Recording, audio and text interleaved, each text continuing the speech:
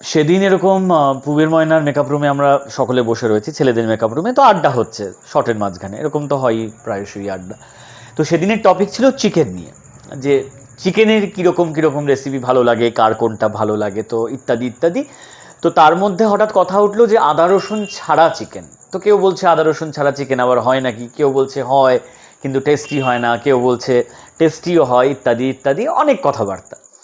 তো তখন আমার এই রেসিপিটার কথা মনে পড়লো। এই রেসিপিটা বেসিক্যালি এটাও আমার সোনাপুষিয়া অর্থাৎ সোনা পিসির রেসিপি। আমি হলফ করে বলতে পারি যে এ যাবৎকাল আমি যতবার চিকেন বানিয়েছি এই রেসিপিটা বোধহয় সবচেয়ে বেশি বানিয়েছি, কারণ এই রেসিপির জন্য খুব কম ইনগ্রেডিয়েন্টস লাগে এবং রেসিপিটা করা খুব সহজ। ব্যাচেলার্স চিকেনে আরও কম লাগে, কিন্তু আমি আগে এই রেসিপিটা জানতে পেরেছি জন্য এটাই আমি বেশি করেছি। তো আমার পিসি এই রেসিপিটার কোনো নাম দেননি, আমি এটার নামকরণ করেছি। তো আপনারা রেসিপিটা পুরোটা দেখুন, তারপরে আপনারা বাড়িতে বানান, বানিয়ে আমাকে বলবেন যে এই যে নামকরণ এই রেসিপিটার, সেটা সার্থক কি সার্থক না। ঠিক আছে? তো আজকে অভিনেতার রান্নাঘরের রেসিপি পেঁয়াজি মুরগি। পেঁয়াজি মুরগি বানানোর জন্য যে যে জিনিসগুলো দরকার আমি সমস্ত জিনিসকে এক জায়গায় নিয়ে নিয়েছি। আসুন আপনাদের একে একে দেখিয়ে দিই যে কি কি জিনিস দরকার। এখানে আমি 1 কিলো চিকেনকে এরকমভাবে কারি কাট করে নিয়ে নিয়েছি এবং তারপরে সেগুলোকে খুব ভালো করে ধুয়ে নিয়েছি।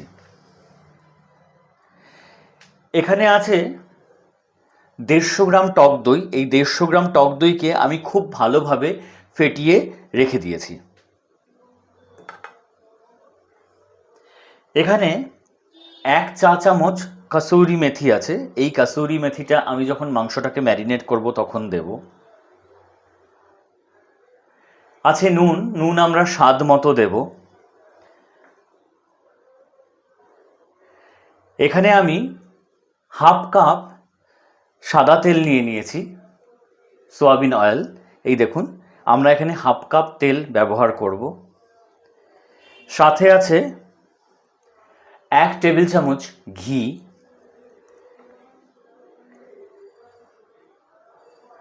আছে 1 চিমটে গরম মশলা গুঁড়ো,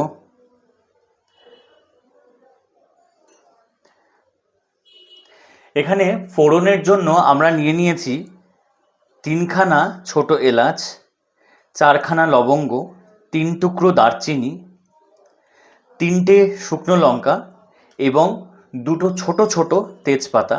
এই জিনিসগুলো আমি ফোড়নে দেব। এইবারে এখানে পেঁয়াজের পরিমাণটা আমি আপনাদের দেখিয়ে দিই। এইখানে 100 গ্রাম পেঁয়াজকে আমি এরকম ঝিরিঝিরি করে কেটে নিয়েছি। এখানে মোটামুটি 2টো মাঝারি সাইজের পেঁয়াজ রয়েছে। এই 100 গ্রাম পেঁয়াজের আমি বেরেস্তা বানাবো, অর্থাৎ পেঁয়াজগুলোকে প্রথমে ছাকা তেলে খুব ভালোভাবে লাল করে ভেজে নেব, সেটা তারপরে রান্নায় ব্যবহার করব। আমি দেখিয়ে দেব কিভাবে ব্যবহার করব।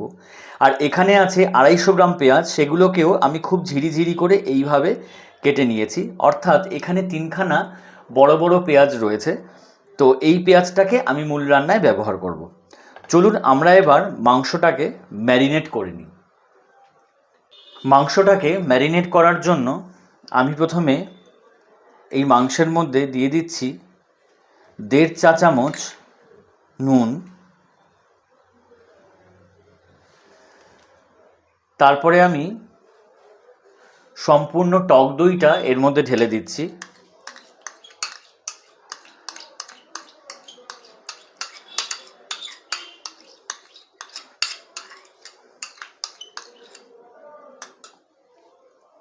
তারপরে আমি এর মধ্যে কাসুরি মেথিটাকে এইভাবে হাতের মধ্যে খুব ভালো করে গুঁড়ো করে এর মধ্যে দিয়ে দিচ্ছি। এইবারে আমি মাংসটাকে খুব ভালো করে মেখে নেব।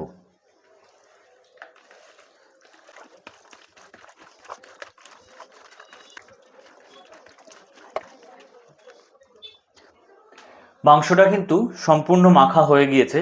এই মাংসটাকে ম্যারিনেট করে আমরা আধ ঘন্টা থেকে 1 ঘন্টা রেখে দেব। চলুন ততক্ষণে আমরা পেঁয়াজগুলোকে ভেজে নিই। পেঁয়াজগুলোকে ভাজবার জন্য আমি প্রথমে একটা কড়াইকে ওভেনের উপর বসিয়ে খুব ভালো করে গরম করে নিয়েছি। তারপরে আমি কড়াইয়ের মধ্যে সম্পূর্ণ তেলটা ঢেলে দিলাম, এই দেখুন। এবং এই তেলের মধ্যে হাফ টেবিল চামচ ঘি দিয়ে দিচ্ছি এইভাবে।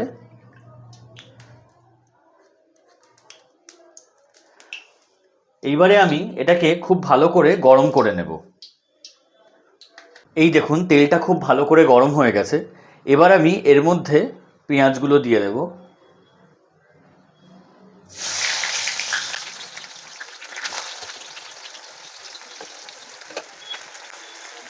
এইবারে আমি পেঁয়াজগুলোকে লাল করে ভেজে নেব।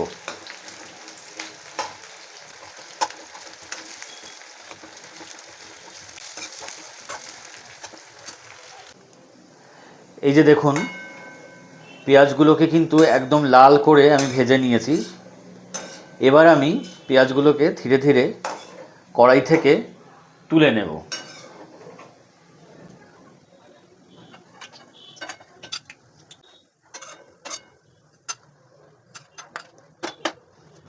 এইবারে আমি কড়াইয়ের তেলের মধ্যে ফোড়নটা দিয়ে দেব। ফোড়নের জন্য আমি যে 3টে ছোট এলাচ নিয়েছিলাম সেগুলোকে আমি হামালদিস্তার মধ্যে এরকম থেতো করে নিয়েছি।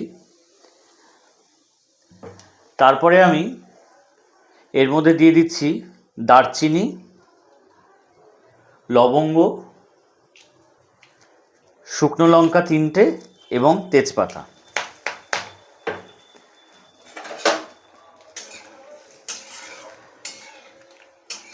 ফোড়নটাকে একটু নাড়াচাড়া করে নেওয়ার পর আমি এর মধ্যে সম্পূর্ণ পেঁয়াজটা দিয়ে দেব।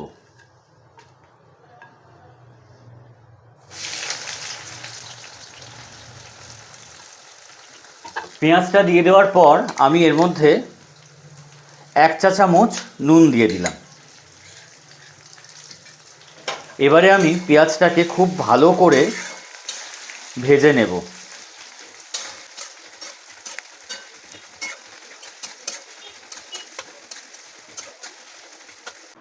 এই দেখুন আমি পেঁয়াজটাকে বেশ কিছুক্ষণ সময় এভাবে ঢেকে রেখে দিয়েছিলাম। পেঁয়াজটা কিন্তু অনেকটাই ভাজা ভাজা হয়ে গিয়েছে এবং সেদ্ধও হয়ে এসেছে। এবার আমি এর মধ্যে ম্যারিনেট করা চিকেনটা দিয়ে দিচ্ছি।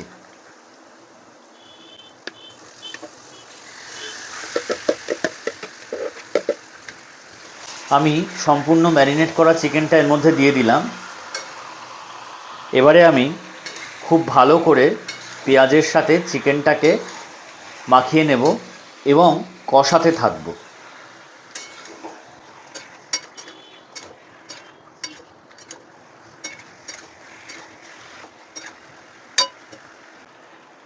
এই দেখুন আমি আধ ঘন্টা ধরে মিডিয়াম টু লো আঁচে মাংসটাকে খুব ভালো করে কষিয়ে নিয়েছি। এই যে এইভাবে এটার জলটাও খুব ভালো করে শুকিয়ে গেছে। এবারে আমি মাংসটাকে কিছুক্ষণের জন্য ঢাকা দিয়ে ঢেকে দেব।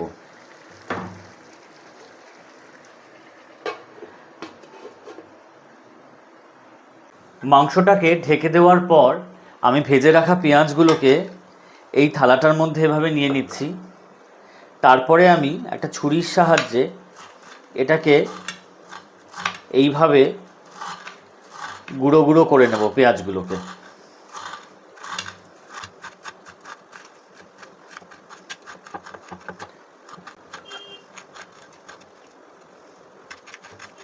আমি ভেজে রাখা পেঁয়াজগুলোকে এইভাবে একটা ছুরির সাহায্যে গুঁড়ো গুঁড়ো করে নিলাম।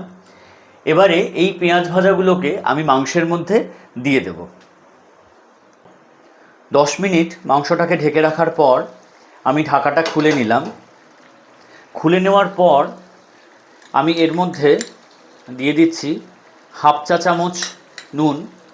আপনারা একটু টেস্ট করে দেখে নেবেন যে নুনটা ঠিক হয়েছে কি না। তারপরে আমি এর মধ্যে ভেজে রাখা পেঁয়াজগুলো দিয়ে দিচ্ছি।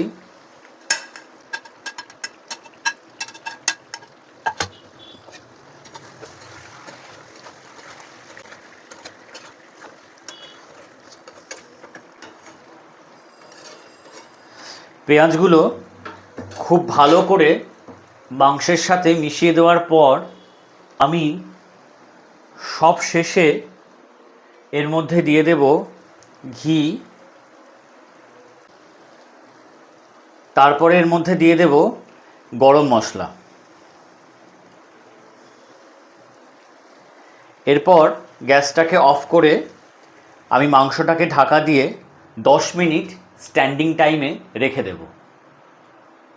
এই হলো আমাদের পেঁয়াজি মুরগি। পোলাও অথবা পরোটার সাথে এটা খেতে খুবই ভালো লাগে। আপনারা চাইলে রুটি অথবা ভাতের সাথেও কিন্তু খেতে পারেন। রেসিপিটি ভালো লাগলে আপনারা বাড়িতে অবশ্যই বানান। কেমন লাগলো আমাকে কমেন্ট বক্সে লিখে জানান। ভালো লাগলে অন্যদের সাথে শেয়ার করুন। অভিনেতার রান্নাঘর চ্যানেলটিকে সাবস্ক্রাইব করুন, পেজটিকে ফলো করুন, লাইক করুন। ভালো থাকবেন, সুস্থ থাকবেন।